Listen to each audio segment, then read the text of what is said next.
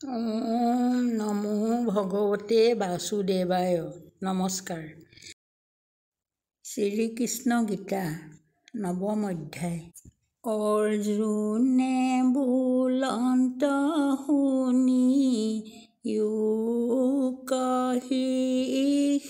ঋষিকেশ সবাতো সমান তুমি নাহি ৰাগ দেখ অভক্তে অমৃত দেই তাতো তুষ্ট নাই ভক্তৰ সম্বন্ধে তুষ্ট পত্ৰ পুষ্প পাই কৃষ্ণে বোলে সবাতো সমান ৰূপ আমি জাতো সবাহাৰে হৃদি চৰ অন্তৰ্যামী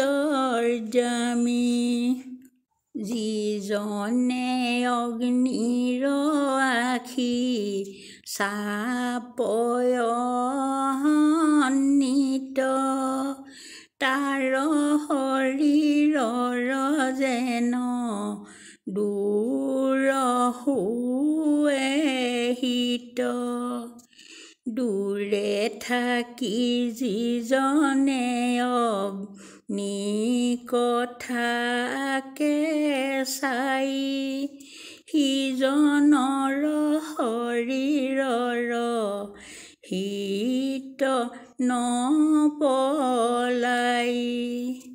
বিধি নিষিদ্ধক এৰি অঘট ঘটাৱে দুৰাচাৰ চণ্ডালেও ভজি গতি পাৱে অনেক কালৰ মহা পঞ্চম পাতকী সিও মোক ভজিয়া অল্পতে পাৱে গতি অতি দুৰাচাৰ পাপী জাতিত অধম মোৰ ভক্তি থাকিও হুৱে পূজ্যতম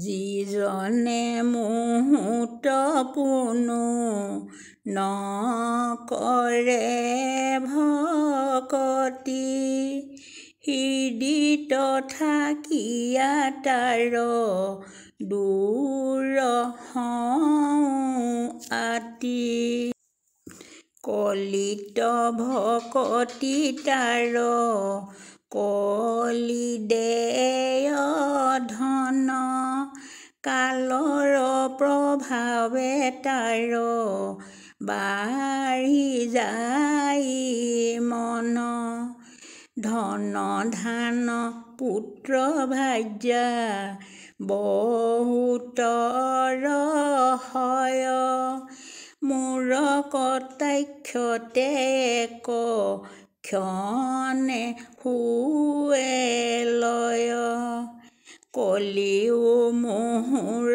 দাস জানা কুন্তি সুত মোৰ ভক্তি বিনে নাহি তৰে কদাচিত নকৰি বিশ্বাস মুত নানা দেৱ পূজে গংগা কয়েৰিয়া যেন কুপুদকে মজে হেন জানি কৃষ্ণ পদে মন বন্দী কৰা গৃহে থাকি অপ্ৰয়াসে সংসাৰ কতৰা ইটো কৃষ্ণ কথা শুনি সৰ্বজন জানিবা কায় বাক্যে নাম মহাধন।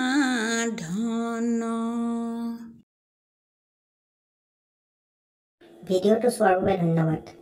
অনুগ্ৰহ কৰি চেনেলটো লাইক আৰু ছাবস্ক্ৰাইব কৰি দিব।